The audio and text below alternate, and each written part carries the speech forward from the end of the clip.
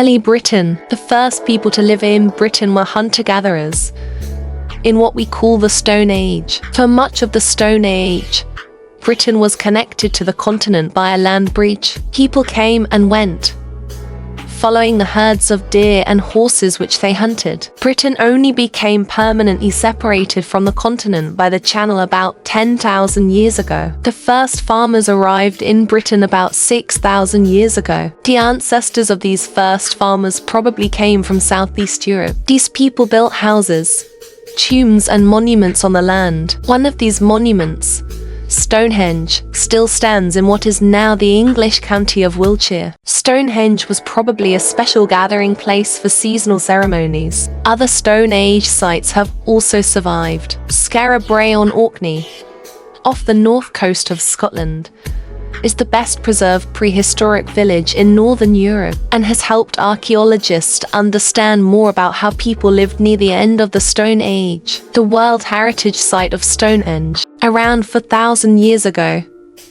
people learned to make bronze. We call this period the Bronze Age. People lived in round houses and buried their dead in tombs called round barrows. The people of the Bronze Age were accomplished metalworkers who made many beautiful objects in bronze and gold, including tools, ornaments, and weapons. The Bronze Age was followed by the Iron Age, when people learned how to make weapons and tools out of iron. People still lived in round houses, grouped together into larger settlements, and sometimes defended sites called hill forts. A very impressive hill fort can still be seen today at Maiden Castle, in the English county of Dorset. Most people were farmers, craft workers, or warriors. The language they spoke was part of the Celtic language family. Similar languages were spoken across Europe in the Iron Age, and related languages are still spoken today in some parts of Wales, Scotland and Ireland. The people of the Iron Age had a sophisticated culture and economy. They made the first coins to be minted in Britain,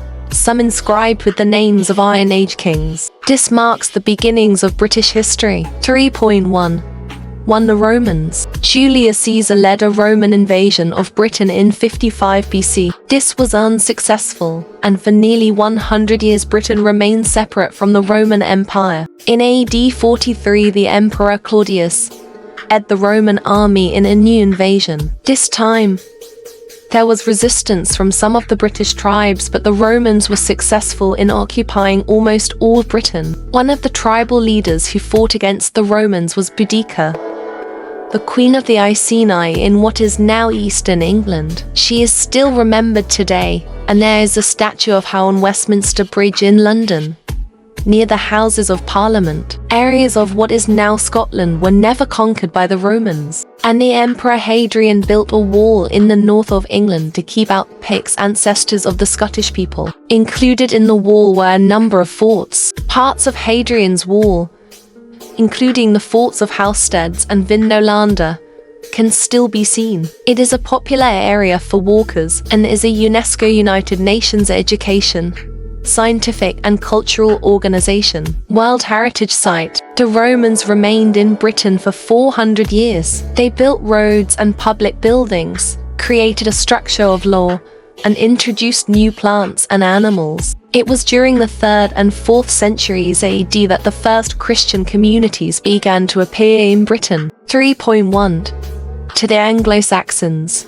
The Roman army left Britain in AD 410 to defend other parts of the Roman Empire and never returned. Britain was again invaded by tribes from Northern Europe: the Jutes, the Angles, and the Saxons. The languages they spoke are the basis of modern-day English. Battles were fought against these invaders, but by about AD 600, Anglo-Saxon kingdoms were established in Britain. These kingdoms were mainly in what is now England. The burial place of one of the kings was at Sutton, who in modern Suffolk. This king was buried with treasure and armor, all placed in a ship which was then covered by a mound of earth. Parts of the west of Britain, including much of what is now Wales and Scotland, remained free of Anglo-Saxon rule. An Anglo-Saxon helmet found at Sutton, who currently on display at the British Museum. The Anglo-Saxons were not Christians when they first came to Britain, but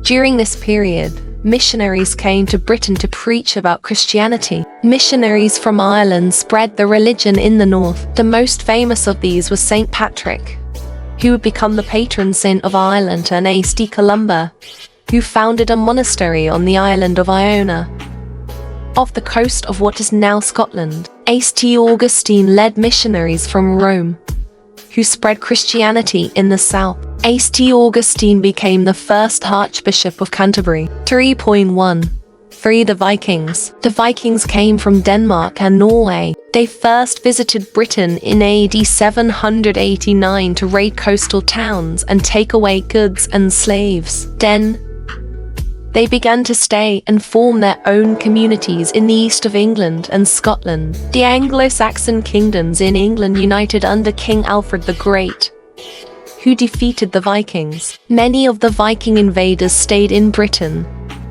especially in the east and north of England. In an area known as the Danelaw, many places names there, such as Grimsby and Scunthorpe, come from the Viking languages. The Viking settlers mixed with local communities, and some converted to Christianity. Anglo-Saxon kings continued to rule what is now England, except for a short period when there were Danish kings. The first of these was Canute, also called Canute. In the north, the threat of attack by Vikings had encouraged the people to unite under one king, Kenneth MacAlpin. The term Scotland began to be used to describe that country. 3.1 For the Norman conquest. In 1066, an invasion led by William, the Duke of Normandy in what is now northern France, defeated Harold, the Saxon king of England. At the Battle of Hastings, Harold was killed in the battle. William became King of England and is known as William the Conqueror. The battle is commemorated in a great piece of embroidery, known as the Bayeux Tapestry, which can still be seen in France today. Part of the Bayeux Tapestry.